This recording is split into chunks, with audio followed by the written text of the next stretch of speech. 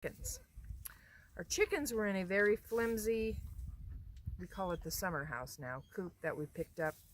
Cheap little coop we bought at Tractor and Equipment. Not good for these really cold Montana winters that we have. So let me show you the coop.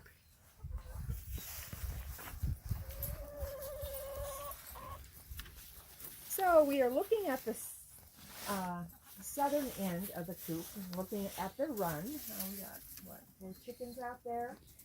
They have an automatic door opener that comes on at a set time, runs on batteries.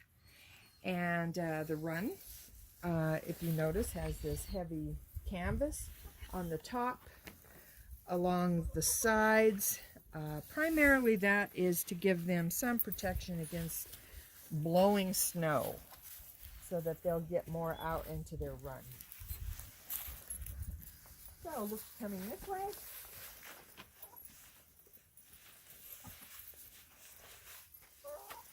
Outside light is on an automatic timer as is the inside light.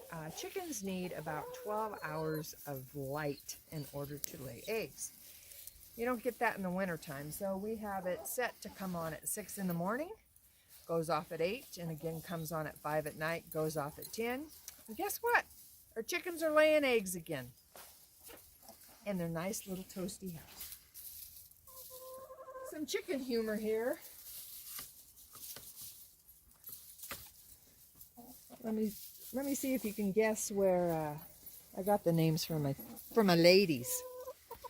We also have a chicken feeder on the outside of the chicken coop as well as on the inside. I'll talk more about those. That is a vinyl fence post with a cap.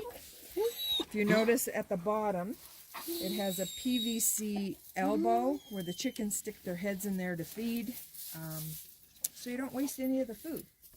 Now this wall of the chicken coop is insulated because of the automatic door opener. But the rest of the chicken coop, with the exception of the floor and the nesting box, is not insulated. It just has this heavy-duty canvas that is in between the walls. A little bit about this canvas. This is actually a filter cloth that a mining company that mines and mills talc uses in their filter presses. When the canvas becomes frayed, they replace these cloths and just throw them in the dump. So we have scavenged quite a few of these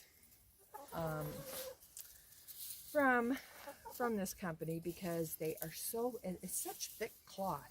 We also use it on the ground in our garden and flower beds because no weeds can grow through that.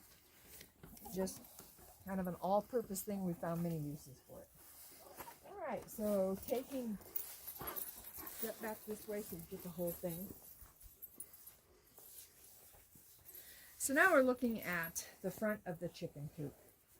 Got those windows. They are actually shed windows you can buy very cheaply off of Amazon, and they do open. We did reinforce them with some hardware cloth. If you look at the top, there is a gap between the top of the, I don't know what you call that, a cow barn or whatever, and the chicken coop. We're probably going to have to put hardware cloth up there, chicken wire, to keep other birds from nesting up there. So, taking a look inside of the nesting boxes.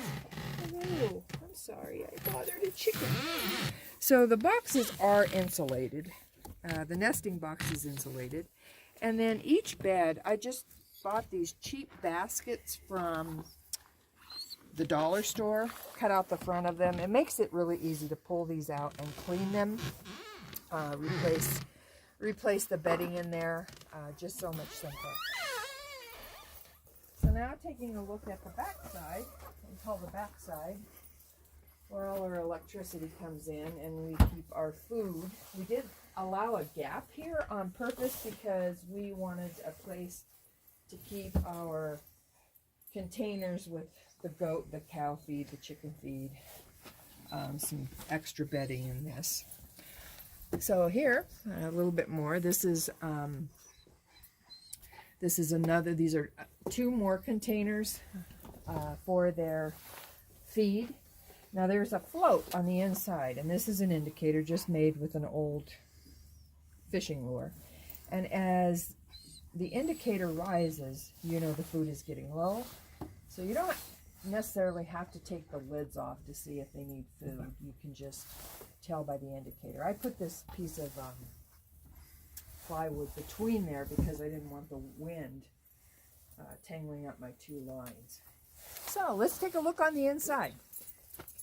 So we're going accessing the chicken coop, the inside of the chicken coop. We actually do that through the inside of the barn. Serious. So venting is very important in chicken coops. If you don't vent, the ammonia from their poop can build up, and then chickens can get a lot of respiratory issues. So if you're going to build a chicken coop, make sure you vent it well. So now let's take a look on the inside. If you notice, this is off the ground, and this is a perfect height for a wheelbarrow. So we just roll up a wheelbarrow right there. When we want to change the wood chips, you can just rake it out. So looking at the inside of the chicken coop,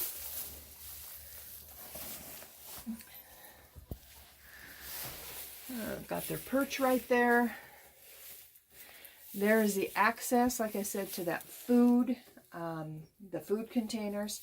If you do this, chickens have to put their heads in there, and they can't scratch and get their food all over and waste food. So water, and it's on a heater, so it stays above freezing.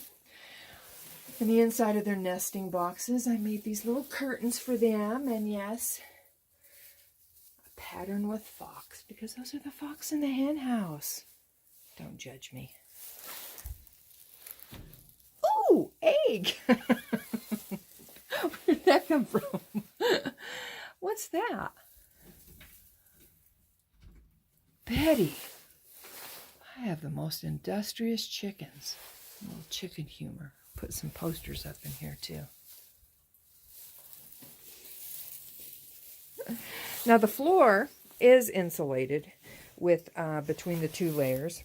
It's insulated, has about 2-inch insulating material in it, and along with this wall. So what's this? This is a mirror. Chickens love mirrors. But we had to cover it in the wintertime because we found that the chickens love pecking and looking at themselves, but they also think those are other chickens. And so that is where they all congregate to sleep instead of going on their perch. Now that's fine and dandy if they want to play around in the summertime, but we really don't want them there in the wintertime. We want them on their perches, so we had to cover it up. If you're going to make a chicken coop of your own, when you put the door in, and we wished we would have done this, is we should have raised the door up a little bit and then just put a ladder on the inside going up to the door, because with their bedding they scratch, and this is an automatic door. If it gets full of wood shavings or straw, we have to clean it out. So lessons learned after the fact. You know, hindsight's always 20/20.